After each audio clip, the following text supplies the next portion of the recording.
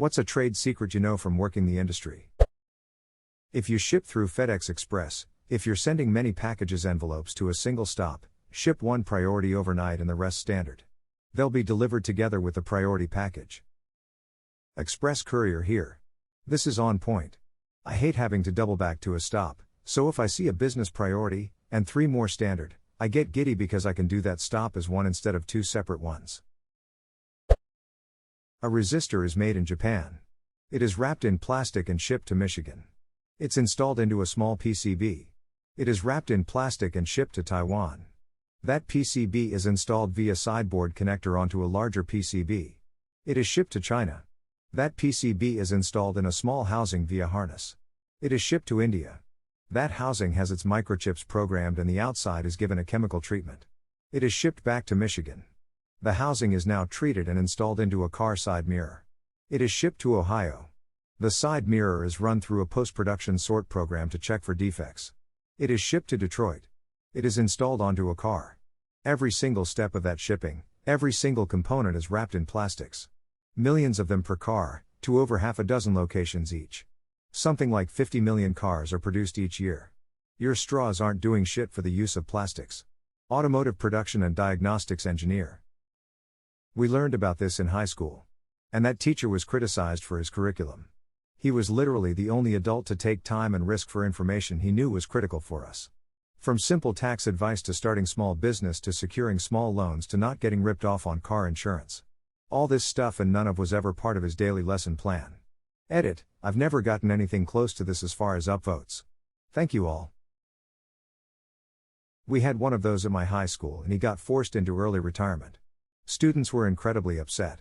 He would have special lesson days going over how credit card companies would soon be trying to F us over the moment we turned 18 or set foot in college and how bad the interest rates would be.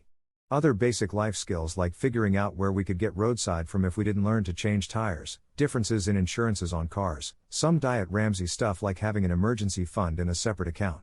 We need more teachers like him, not less. We actually did find and file that bug in your favorite video game. Our leadership just decided it was okay to ship with it. It's fine, ship it. Gaming corporate mantra. One of my favorite bugs I ever found during my QA was finding a 100% way to clip the main character into a vat of sludge and get him stuck inside, resulting in a non-progression. Since we were close to submission, the producer takes a look at it and decides to waive it, thinking that it'll be unlikely that they'd find that bug. Sure enough, we failed submission and my bug was cited as a CFR, cause for resubmission, aka must fix. Was chatting with the developer on an indie game while he was doing a Twitch stream. There's probably a memory leak in your game. It crashes pretty consistently with an out-of-memory error for me after about 12 hours of play. Wait, are you joking or serious? Did you actually experience this? Multiple times. I didn't get the feeling that he intended to fix it. I also told him about a crash that happens after a single round of play that he seemed much more keen on looking into. If you want to book a rental car but they're sold out, book it for a week or 2 longer than you actually need it and then just return the car early and you'll only get charged for the time that you had it. All the systems owned by Enterprise Rent-A-Car, Enterprise, Alamo and National, automatically open up their system to long-term reservations and will make sure you get a car over someone who only booked in for a day or 2.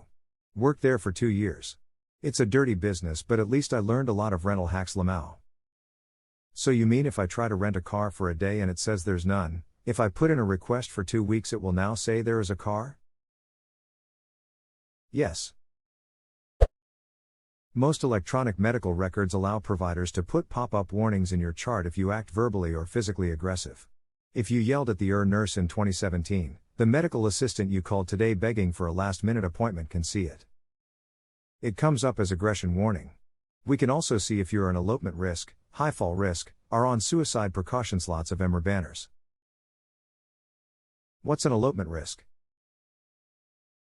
Elopement runaway in this context. If you are buying software for your workplace, get a quote and then go silent until it's the end of the quarter. Then call the sales rep and tell them you can buy it today but only have enough budget for 70% of the cost. Your chances for a discount go way up at the end of the quarter. On any piece of machinery, if the welds you see look like shit, the welds you don't see are even worse. Calls are not being answered in the order received.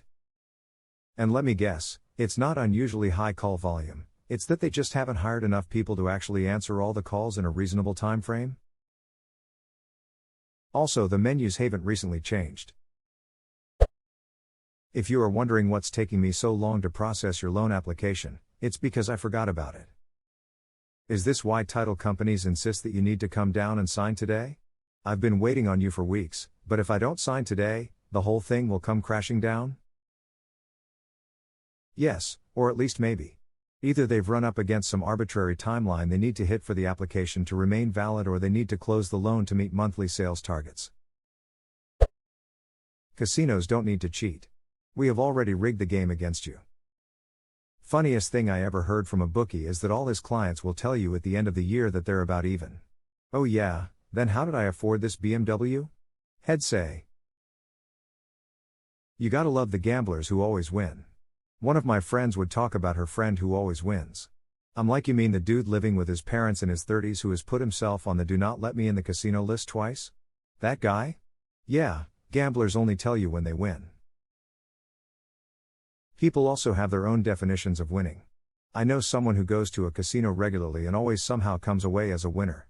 When I asked some questions, it became clear that they had a very loose definition of winning in their mind, since they expected to lose all the money they took with them. If they came home with any money, they sincerely considered it as having won money.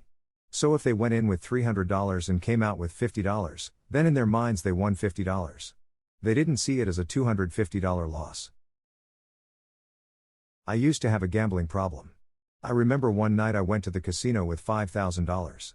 I played for around 4 to 5 hours. I left with $5,000. In the moment, I felt like a loser, because I left with the same amount of money that I walked in with. In truth, I was at least okay, because I didn't lose any money. In reality, I enjoyed my time there and left with the same amount of money I walked in with, so I'd call that a win. But I used that to justify going back the next day and losing that $5,000. And then pulling out another $5,000 and immediately losing that too. I used to be very dumb. Now I'm just marginally dumb. The urine pregnancy test you take at the doctor's is the same as the Dollar Tree one. When you order at a drive-thru, the microphone stays on until you move forward. So everyone inside the store with a headset on can hear your conversation until you leave the ordering area. Edit. Wow. This blew up while I was at work. I always leave my music low till I pull away for this exact suspicion. Now that it's confirmed, it'll also watch my mouth. Another pro tip, turn off your windshield wipers at the drive-thru.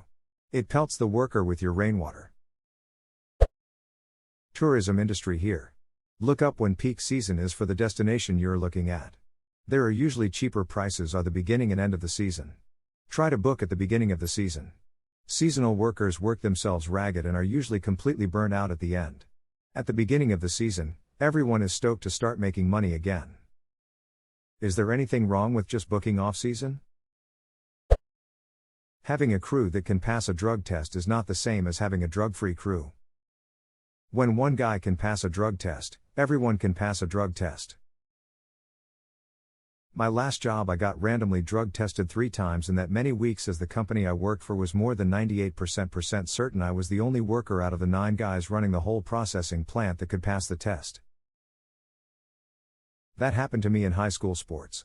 The coaches can submit suggestions of who to randomly test. They knew I was a good kid and they were trying to make sure they didn't lose other players who likely wouldn't pass. When my brother was in the Navy, he was the randomly selected individual for several months straight. It was a smaller ship, but not that small. Finally he asks his boss, "WTF is going on?" Boss told him some of the higher-ups are convinced no one could be that happy and not be on something. Worked in high-end golf clubs for years. Almost all politicians register their handicap scores under a false name. The USGA handicap records are technically public information, and people would be pretty pissed if they knew how much time these guys actually spend playing golf.